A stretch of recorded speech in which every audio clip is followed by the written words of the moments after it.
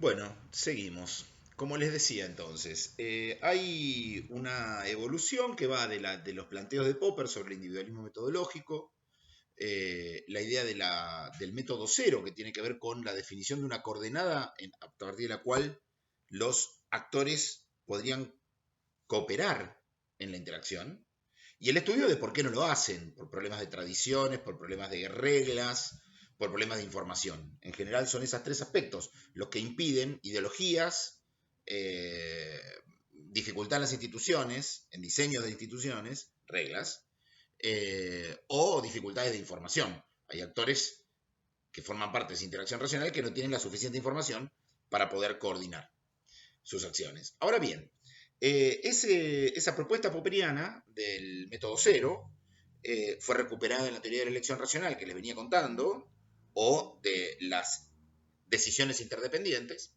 y se formalizó en la teoría de juegos. La teoría de juegos, que es un desarrollo centralmente de la ciencia política, se hace la pregunta acerca de, centralmente, qué pasa con las situaciones en las cuales la cooperación, o mejor dicho, la coordinación de la acción, eh, no es tan evidente. Porque, digamos, primero podríamos decir, bueno, hay ciertos juegos de coordinación, ¿no? Cierto tipo de interacción con la coordinación, digamos que la coordinación de la acción es bastante fácil, bastante natural, desde el punto de vista de la racionalidad de los agentes, ¿no? El tránsito, por ejemplo. Ese es el ejemplo que en general se da. Eh, la regla de que tiene prioridad que pasa, que de paso, el que viene por la derecha. Es evidente que a todos nos favorece respetar que tiene prioridad de paso el que viene por la derecha, porque de lo contrario viviríamos chocando. Mar del Plata en ese sentido es una ciudad bastante reveladora de cómo a veces esa propia racionalidad elemental no se cumple, porque es muy simple entender que cada vez que hay una boca calle hay que prestar atención, siempre hay que prestar atención, pero sobre todo hay que prestar atención para cederle el paso al de la derecha del que maneja. Con eso alcanza y sobra para evitar una cantidad impresionante de accidentes. Esa es una coordinación mínima. Otro ejemplo es, por ejemplo, en los casos de tránsito en montañas, etcétera, la prioridad la tiene el que sube. ¿Sí? Es decir, si hay dos coches que vienen de frente y no tienen espacio para pasar los dos, bueno, espera el que baja y tiene la prioridad el que sube. Y así sucesivamente, digamos. Hay juegos que son de una relativa eh, naturaleza en la coordinación, ¿sí? Y que parecen sencillos. Ahora bien, lo interesante es los que no tienen esa naturaleza en la coordinación y que nos permiten pensar, ¿no? Un ejemplo político de los de la coordinación podrían ser las elecciones. Es decir, si nosotros queremos vivir en democracias representativas, en sociedades como las nuestras, en sociedades de millones de ciudadanos, la mejor manera de resolver, digamos, la distribución del poder es a través de elecciones. El expresidente Macri escribió una nota en el diario La Nación hace unos 10 días, en la cual ponía en duda justamente esa regla, que es una de las cosas que me parece grave de la política argentina en las últimas semanas, porque si uno empieza a poner en cuestión un contrato fundamental que tenemos para coordinar la acción política desde el 83 hasta acá, no hubo nunca, desde el 83 hasta acá, una elección en la cual se presupusiera, se acusara, ¿sí?, de fraude al resultado de una de las elecciones o de falta de transparencia. En todo caso, lo que sí se ha discutido es si se han dado los datos en tiempo y forma, cuál es primero, cuál es después, ese tipo de trampitas para instalar la sensación de que va ganando uno, va ganando el otro. Pero el conteo definitivo es el conteo definitivo y nadie discute y todos los cargos se distribuyen, los legislativos y los ejecutivos, de acuerdo a ese conteo. Bueno, en una carta que escribió en el Diario de la Nación, el presidente Macri, entre otras cosas que, bueno, me pueden parecer mejores, me pueden parecer peores, pone en cuestión esta regla, que es una regla de la coordinación elemental de la acción racional dentro de la democracia representativa. Si dudamos de las elecciones, estamos a un paso de salir de este juego y empezar a jugar otro. Y yo quiero seguir jugando este. Por eso me pareció peligroso. Muy bien. Ahora bien, como les decía, hay algunas situaciones que están formalizadas en juegos, es decir, en interacciones racionales entre individuos, ¿sí?, que funcionan de manera interdependiente, estratégica, como les dije, que no son tan evidentes. Por ejemplo, un caso, quizás el más famoso, es el que se conoce como el dilema del prisionero.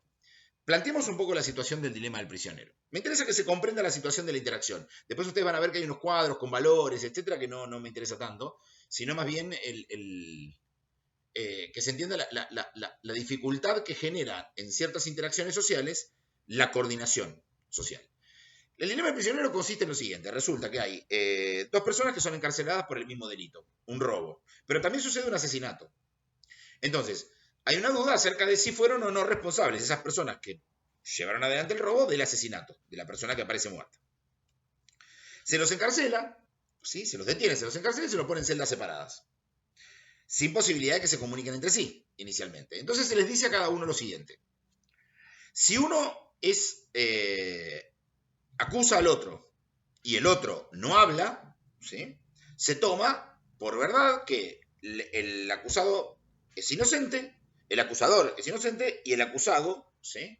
Mejor dicho, es culpable del asesinato y ese acusado es ejecutado y el acusador es liberado.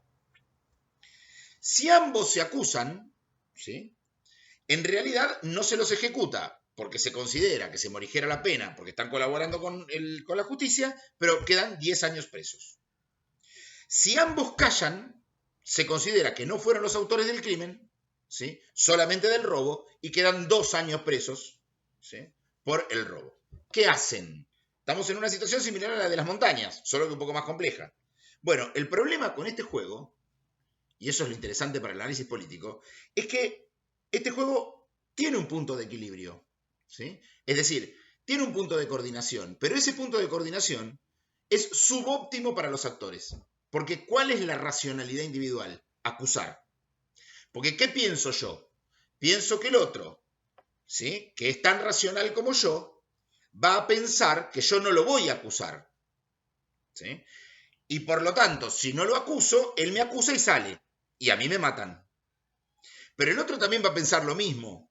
En realidad a los dos nos conviene no hablar. Pero si a mí me conviene no hablar y el otro piensa que a mí me conviene no hablar, en realidad lo que más le conviene es acusarme. ¿Para qué? A mí me maten y él salir libre, no quedar 2 años preso. ¿Se entiende? Entonces, esto es lo que se llama, es un equilibrio subóptimo. Este es el caso en la política, por ejemplo, de las escaladas inflacionarias. ¿La escalada inflacionaria en qué consiste? Consiste en que, en realidad, yo lo que hago es, el comerciante que hace, retiene stock. ¿Por qué? Porque supone que va a subir el precio. ¿Sí? Entonces, al retener stock, porque supone que va a subir el precio, no hay suficiente oferta. Al no haber suficiente oferta, sube el precio. Entonces, en general, hay un problema con la racionalidad inmediata individual que produce un efecto subóptimo. ¿Sí? Otro caso que está analizado también en el texto de Hollis, y este es más grave todavía que el de la inflación o el del dilema del prisionero, en el cual, digamos, esa interacción conduce a un efecto negativo, a un efecto agregado negativo, porque se terminan acusando los dos, se terminan 10 años presos, es el que se conoce como el juego del gallina. No de la gallina, como escribió alguien por ahí el otro día, porque no es por el animal, sino que es por el coraje, el gallina en el sentido de el que tiene y el que no tiene coraje. Se trata de dos autos que van por una ruta, ¿sí? De frente, y el juego consiste en conservar el valor de esperar que el que se baje primero pierda. Obviamente la racionalidad es pensar que el otro se va a bajar, porque no se va a querer morir. Pero si el otro piensa que yo voy a ser el que me voy a bajar, porque no me voy a querer morir, vamos a terminar chocando. Y cuando terminemos chocando, se va a producir una catástrofe. Es decir, el juego del gallina es el peor de los juegos planteados, porque no tiene equilibrio, ¿sí? En realidad es un juego que conduce a la catástrofe. Por ejemplo, las carreras armamentistas, ¿sí? Por caso, entre lo que fue en su momento el bloque soviético y Estados Unidos, se analizaron muchas veces con este tipo de lógica, con la lógica del gallina, donde en realidad era un equilibrio, pero que conducía a que cualquier tipo de accidente generaba la catástrofe universal, ¿no? Finalmente hay un último juego que se trata en el texto, que se conoce como el juego de los sexos. Ahora deberíamos revisarlo porque aprendimos mucho más acerca de la sexualidad. Pero es el caso de que una pareja quiere salir a comer, por ejemplo. Perdón, salir a comer no sería el caso, pero supongamos, salir a comer o ir al teatro. Aunque se podrían hacer las dos cosas. Pero supongamos que se puede hacer una sola cosa. El otro ejemplo, o más claro queda, si digo, una pareja quieren salir juntos, pero dudan entre ir al teatro o ir al cine. ¿Sí? Bueno, muy bien. ¿Cómo se resuelve si ir al teatro o ir al cine? Porque en realidad el punto de la racionalidad individual es hacer una actividad juntos. Entonces, lo que muestra el juego de los sexos, ¿sí? O la batalla de los sexos, es que en realidad la sociedad, las reglas, las normas sociales, muchas veces preestablecen quién va a ser el que va a tener la prioridad en la definición de lo que se hace. Y ese en general es el hombre. ¿Por qué? Porque hay una estructura patriarcal que define ese juego. Por eso se va al teatro o se va al cine, porque en general se sigue lo que quiere el hombre porque la mujer quiere estar con el hombre. Esa es la descripción, digamos, de la batalla de los sexos, mostrando que en realidad hay un patriarcado que está funcionando en cómo se resuelve un conflicto de racionalidades. En ese sentido, digamos, un ejemplo interesante es lo que se conoce como la ley de cupos. ¿Sí? ¿Por qué? Porque la ley de cupos justamente lo que trata es de desarmar la batalla de los sexos. Es decir, hay determinado cupo que se debe garantizar a mujeres o a personas transexuales, ¿sí? O travestis o diversidades, ¿verdad? Porque esos cupos son los que justamente garantizan que participen. Porque si no, esa norma la termina resolviendo la norma social. No es verdad que se pone el cupo y en realidad el cupo es asumir que somos una minoría dominada. No, en realidad lo real es que si no está el cupo, esa cantidad de gente que va a participar de esa institución, de esa representación, lo termina definiendo una norma social represiva. Muy bien, estos son los 4 modelos, ¿no? Los juegos de coordinación, el prisionero, el gallina, el juego de los sexos, o la batalla de los sexos. Me interesa, sobre todo en la conclusión de esta parte, decir, bueno, ¿de qué manera se ha resuelto este problema de la coordinación racional?